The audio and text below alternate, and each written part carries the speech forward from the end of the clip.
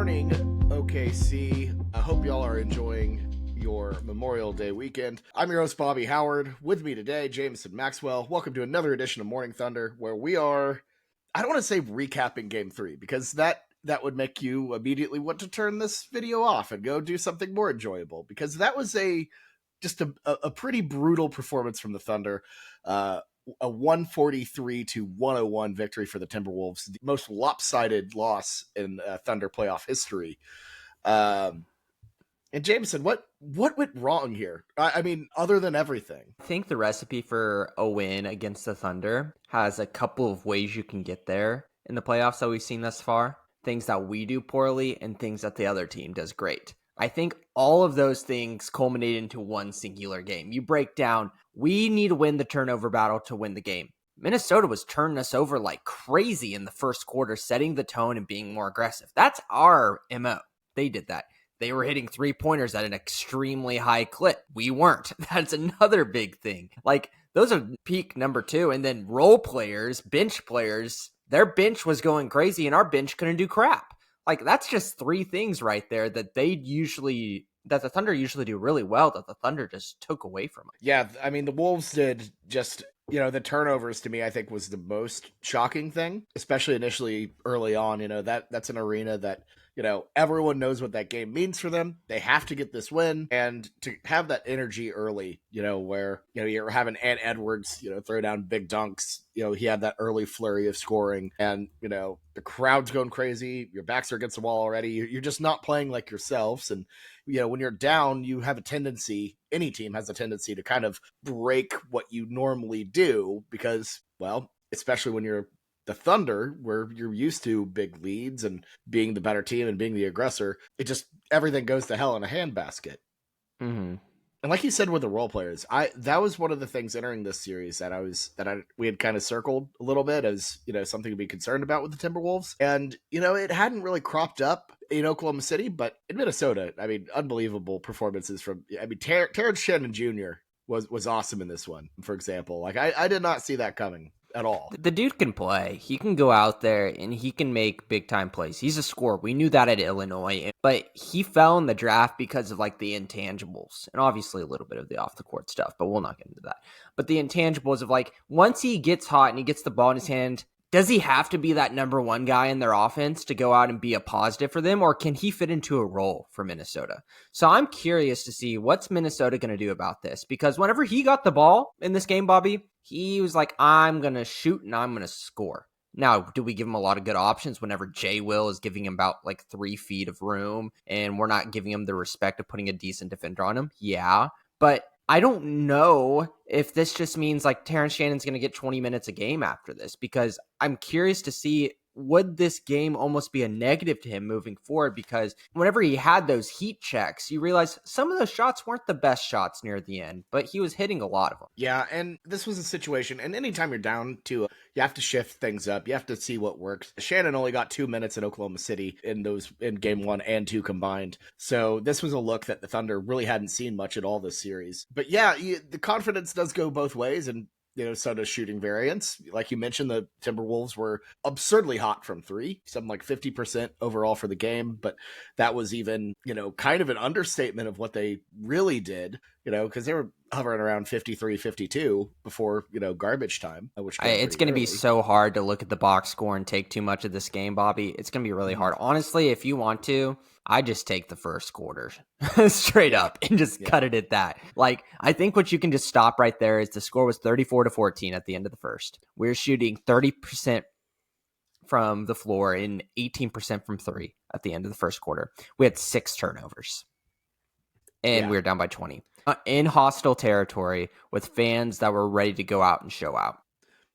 I just think right then and there, I don't care what we did in Memphis. I think there was a slight part in our brain, Bobby, as like these Thunder like fans, that we can come back from big deficits. We've seen it already in a game 3 on the road. Maybe there was hope. No, when you're playing against the Western Conference Finals team like Minnesota and the way that they've been playing, and you're down by 20 after first, and the momentum's completely shifted, and everything that you want to do is going poorly. If this was a game, Bobby, where at the end of the first, we had done really well in what we wanted to do, and Minnesota had a couple of hiccups, but still hit everything, And we're like, okay, we're down by 20, but at least we are doing what we wanted to. Okay, I get your sentiment. Everything was going wrong. The game was over at the end of the first. Yeah, and I mean, a 20-point comeback is different from a 29, but it was one of those things where, clearly different from Memphis. Minnesota is a significantly better team than the Grizzlies are.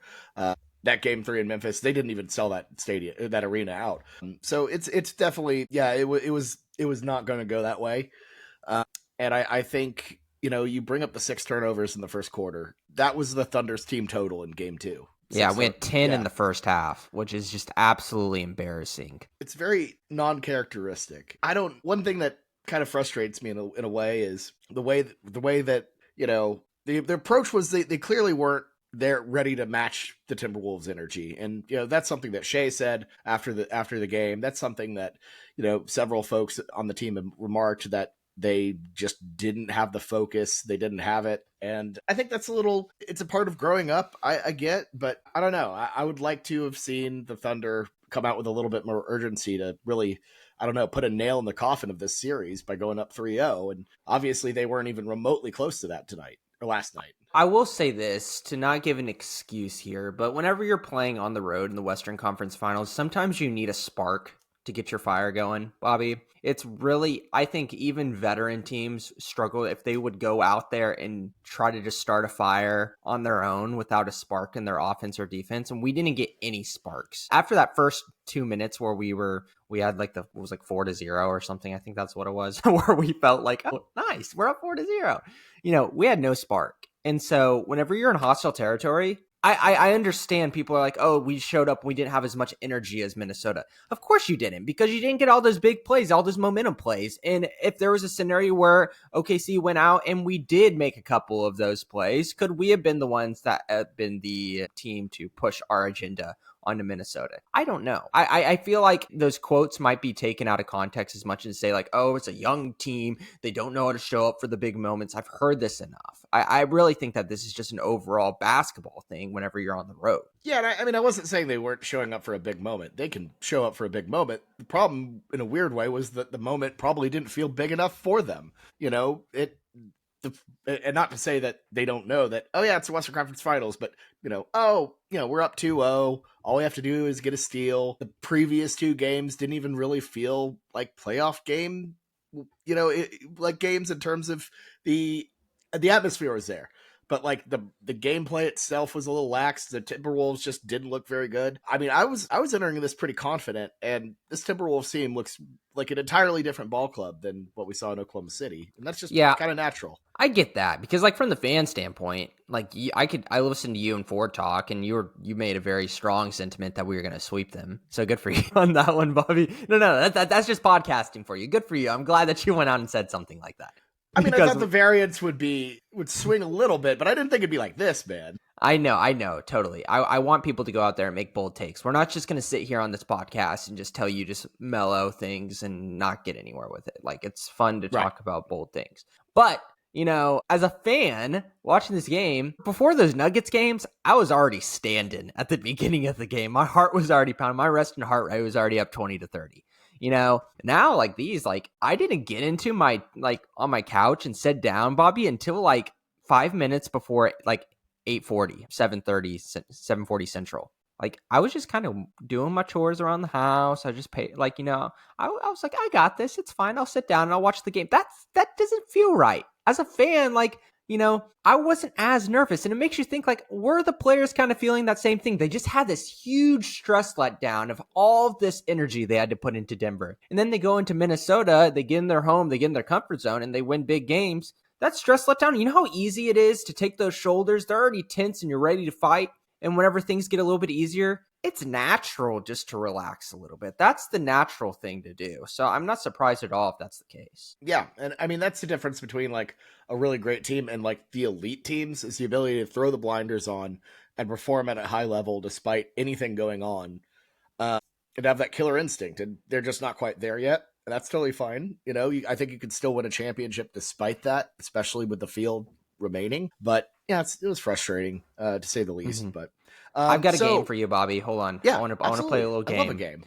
And it's almost a jab at ESPN because honestly, everyone here is so tired of hearing the ESPN commentators. They're just brutally pitiful, and Doris Burke don't even get us started about. We have to deal with this because Western Conference Finals and ESPN have a freaking deal. But whatever.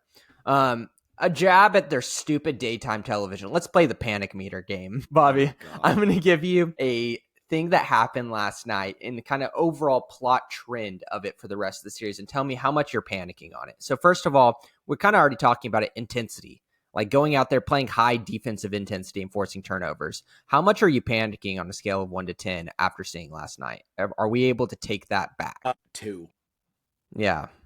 I'm not concerned. This is a team that knows how to respond. They've only lost back-to-back games twice this entire season. None in the postseason, of course. So to me, I have no doubts that this team's going to respond and look significantly better. The reason why it's not a 1 is because I think the Timberwolves at home have a level of intensity that's really, really hard to match. Naz Reid looks like himself at target center. Anthony Edwards takes his thing up to a different level. It's more that what they can do is to such a high degree that, I'm like, okay, I can see a world where, the Thunder just get out-intensified. I don't know. You get what I'm saying. Yeah, totally. But overall, I know the Thunder are going to bounce back. They have all season. And I'm confident that we're going to see a significantly better performance in Game 4. All right, panic meter on the shooting variance versus Minnesota. We've continued to see us shoot poorly from the 3. And guys, like, we tried to come in and fix that with Isaiah Joe minutes, 0-5 from the 3. Aaron Wiggins 1 of 3 from the 3. Jay Will played in this game 0-6 from the 3, comparative to guys like Minnesota, where we saw Julius Randle shoot 40% from the 3-point line. Anthony Edwards 5 of 8, and then Naz Reid 2 of 3 from the 3-point line. How much are you panicking after last night in terms of we continue to see the shooting variance? Yeah, I mean, we'll go 6 out of 10 on that one. Not just because of that game, which was putrid, but because they've been shooting poorly all playoff long. Literally, like, honestly, you could go back to Memphis game 3, and you could just see the shots just haven't been falling the way they have in the regular season. It's a trend that you can even go back and look at how they performed in the postseason last year. Shot variance was something that bit them against the Dallas Mavericks, and it's definitely an alarming concern, but I don't think they need to shoot perfectly to, really win. And that's, a credit to the team, the defense, but yeah, they've got to figure that out. I think that's my biggest panic thing, Bobby, even in this series, or if you want to look for the rest of the playoffs, because we're talking about this as a whole trend for before this matchup and then after this matchup, versus a team like Minnesota, who has a bunch of role players who can shoot and will shoot. There's an argument of can shoot, but they are willing shooters who shoot it at a high clip. And then our future opponent, if we were to move on in Indiana, we can't have a shooting variance game versus a team like Indiana, who has a bunch of role players who shoot the ball at a really, really high level. Neesmith and Nembhard have been kicking ass as role players. So I think in terms of panic, that's probably my biggest thing to panic. Next little panic question for you would be just an overall look of this series. A lot of people are saying that if we go out and we lose versus Minnesota in Game 4, that they might be the favorite to win the rest of the series, but we still got home court. So how much are you buying into that panic? I'm not buying into that just yet. Last night was insanely ugly, but it is an outlier. I'm going to put the panic meter there at about a 3. Because I think, there's a chance they lose Game 4, but this team looks so different at home, and the Timberwolves have looked so awful on the road that I feel like, even if you do lose that Game 4, I think you can right the ship in 5 and, sort it out from there. At the end of the day, it's still 2-1. You still have an advantage and you can still get what you came for with a split. So I'm not panicked yet. Obviously, the Wolves have some life here. If they play like that the rest of the series, crank that panic meter up a bit, but they're not going to, I don't think. Yeah, let's not forget how well we looked at home. And those games were competitive for a couple of minutes at a time, but we really controlled the narrative when we got to what we wanted to do. And if we do that for the rest of the series, we win the series. And that's great. There's also a scenario here where we go out and we could win a Game 4, Game 6 on the road, and it's over 2. And we could still lose one of the home games. We've got a lot of room to wiggle here, and I'm not ready to kind of panic too much, especially whenever we have this much buffer as a 2-0 lead. And I don't know the stats off, but I feel like everyone's been talking about it. It's like over 90% of teams who are 2-0 go on to win the series. I don't know. Bob, you got a better memory than me, but like something 34 like and that. 1. 34 and 1 this century in Western Conference Finals when the team goes up 2-0. Yeah, so I mean, like, I don't want to, like I said, I don't want to take my shoulders and relax them too much and look at those numbers and be happy about that. But at the same time, as a fan base who's shown to panic, and last time I was on, I kind of went at you guys who panic too much because it pisses me off. It's about J-Dub, yeah? Well, yes, of course. People panic too much. But for people who panic too much, your anxiolytic is going to be looking at the numbers, okay? So be a numbers person, realize that we do have some room to wiggle here, and it is okay to fail. And I think the big thing that people were really harping on Twitter yesterday is saying, like, hey, Boston did this versus Dallas in the finals last year.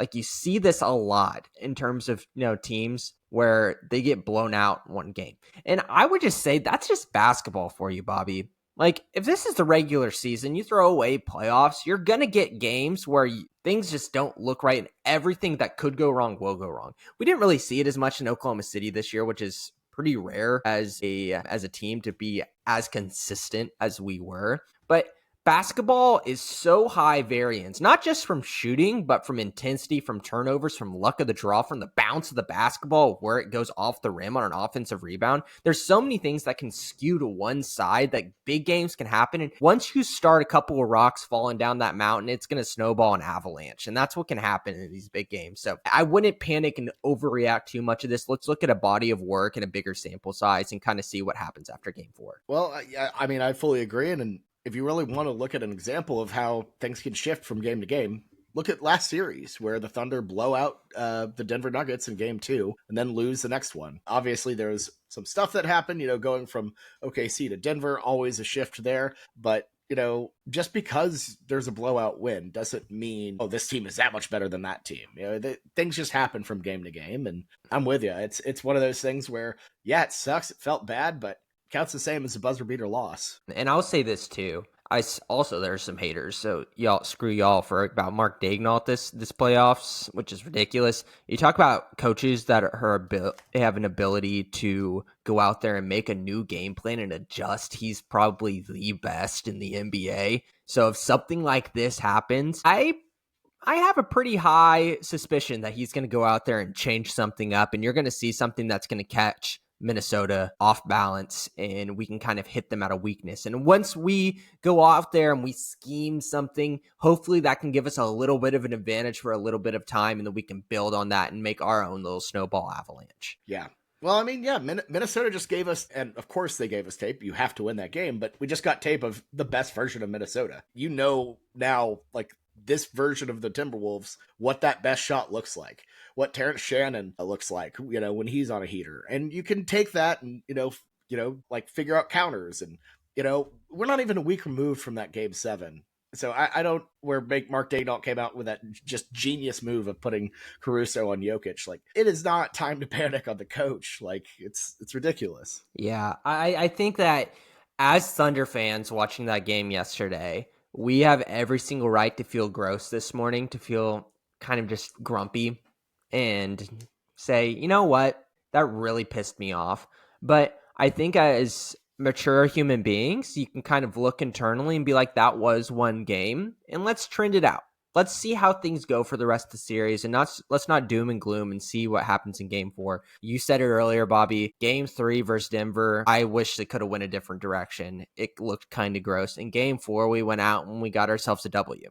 So the narrative in the playoffs shifts so fast. It is unbelievable how fast a narrative can shift. And it just did it last night. It could shift right back after game 4. Well, I mean, if the Thunder win, you're up 3-1 and going back to Oklahoma City, and we're not. And even if we keep it close, don't matter.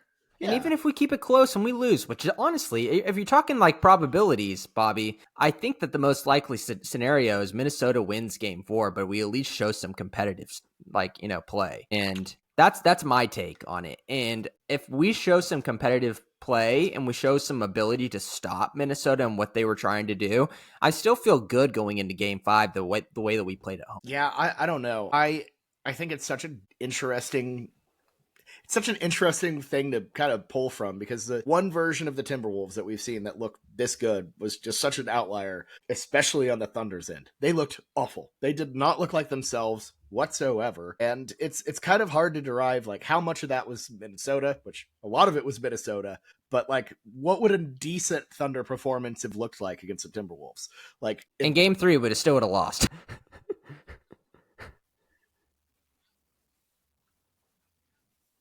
Mm-hmm.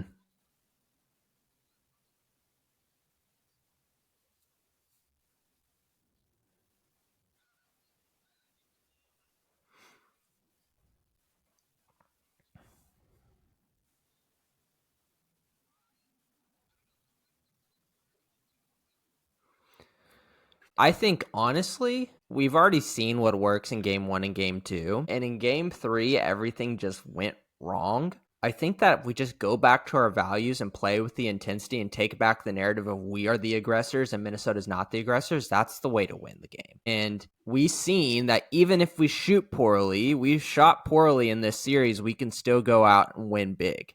So we need to make sure this turnovers, having 10 in the first half, is absolutely deplorable for this Thunder team.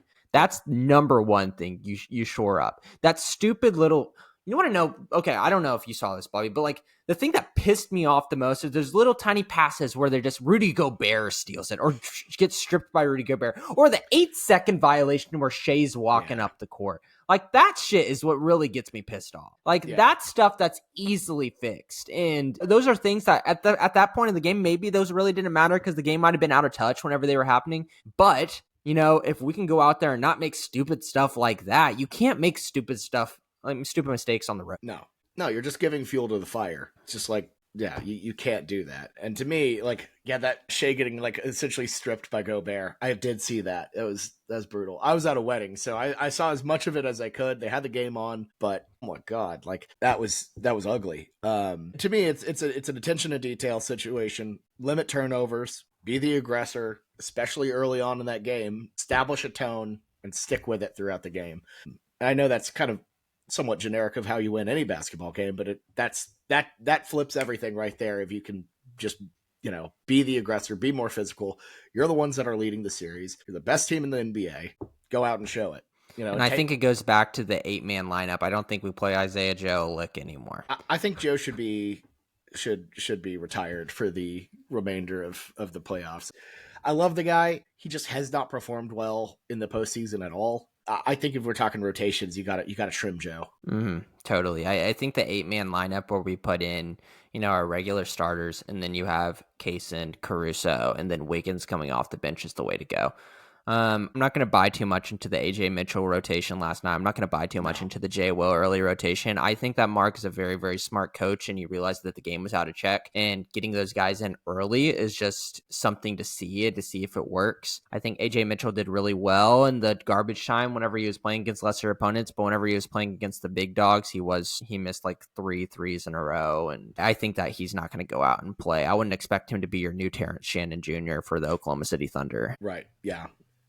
That definitely felt like a let's get some tape sort of deal for sure. But all right, well, that's all we have for this edition of Morning Thunder. Looking forward to game 4, kind of getting the car back on the road, so to say. Jamison, final thoughts. How about we do a reevaluation of what you think the series is going to go, Bobby? You said that they're going to sweep, so now we got to change. Do you think they can still take it in 5, or No. Are you gonna update that? So here was my problem is I went away from my original prognostication of Thunder in 5. I should have just stuck to my guns. It's still going to be Thunder in 5. Still Thunder in 5? I think Thunder take it in 7 now. Oh, wow. You pushed yours. One. Wow. Okay.